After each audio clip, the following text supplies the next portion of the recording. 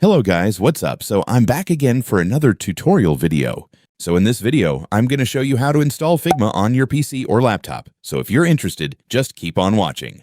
But before all that, if you are new to my channel, consider to like and subscribe for more videos like this. And also, you can comment down below if you have something that you want to make a tutorial about.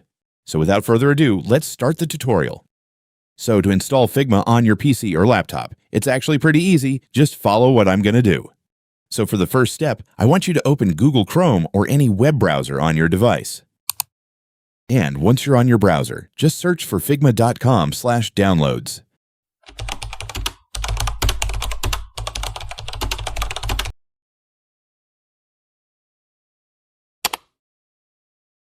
And once you're here on the downloads page, scroll down a little until you see the download options.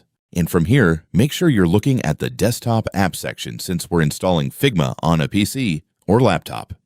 Now you'll see different download links depending on the operating system you're using. For example, if you're using Windows, choose the Windows download option, and if you're using a Mac, choose the Mac OS version instead. So just select the download link that matches your device. In my case, I'm using a Windows PC, so this is what I will select.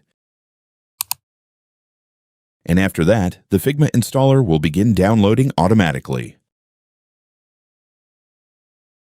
Once the download is complete, go ahead and open the installer file. And then the installation process will start. This should only take a few moments depending on your device. And once the installation is complete, Figma should launch automatically. And when you open Figma for the first time, you'll be asked to sign in to your account. If you already have a Figma account, simply log in, but if you don't have one yet, you can create an account for free by following the registration process. In my case, I already have an account, so I will just log it in right here.